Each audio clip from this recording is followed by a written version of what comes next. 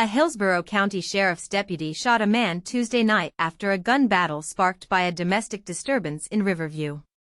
The wounded gunman, Antonio Jelks, 41, was undergoing surgery at Tampa General Hospital Wednesday, in stable condition. Deputy Cole Eskine, 26, fired the shot. He's 2 months into training. A second deputy, whose name wasn't released, was in the vehicle and unharmed. Deputies had responded to a report of an argument at home on Manor Cove Circle when they stopped patrol vehicle down the road for safety. Jelks allegedly emerged and began firing at the deputies, who returned fire.